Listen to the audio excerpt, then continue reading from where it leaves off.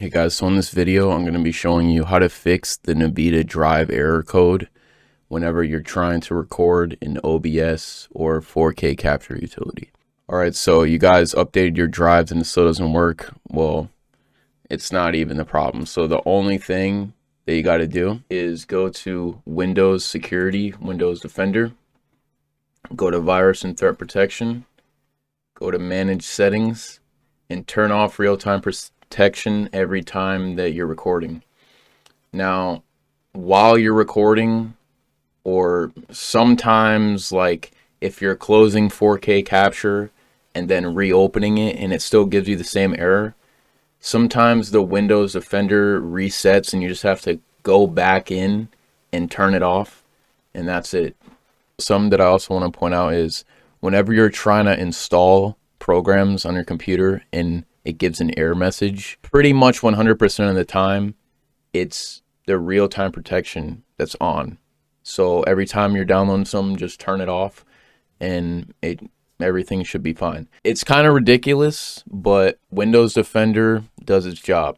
If you're getting any like other type of error codes, what you're going to want to do is delete the 4K capture utility in OBS temp files. I know a lot of people are going to get at me for this, but I didn't really know what I was doing. I was just listening to the Elgato people that were helping me and the Windows support that was helping me. But this is what they told me to do. This is what they helped me to do that fixed the problem, okay? You just press the Windows key and R at the same time, and then you put this in that place right there, and then you press OK, and then you delete everything in this folder, and then it should work from there. But the main thing that should make it work is turning off the real-time protection every time you're recording. That should work. But if you're seeing any more error codes, having any more problems, just delete everything in temp folder and it should work. So this should fix the problem. If anything else and there's more stuff, then you just go to Elgato's website. You go to support up here. Then you scroll all the way down because they don't have any of the fixes in here. Well, not to my knowing, because I was going 4 months without knowing the problem, and I was talking to them 4 months back to back, and we finally figured out the problem. So you would go to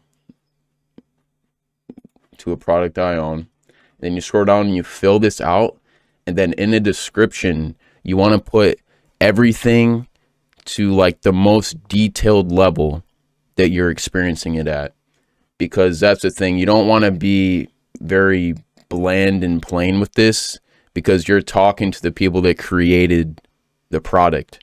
So you want to be as detailed as possible so you guys can figure out the problem together. You guys eventually will figure out the problem, but another thing that I want to point out is if you don't figure out the problem through doing these things somehow, and you have to contact Elgato Support, you have to put it in the mentality. You have to be doing it in the mentality of, gaming is your passion. You cannot give up, because you might go back and forth emails hundreds of times and it may take months, maybe even a year. I'm going to the absolute maximum, okay? It might even take a year till you figure out the problem. But you got to keep going, because this is your passion that you're talking about. So you got to go all in, because you will end up figuring out the problem.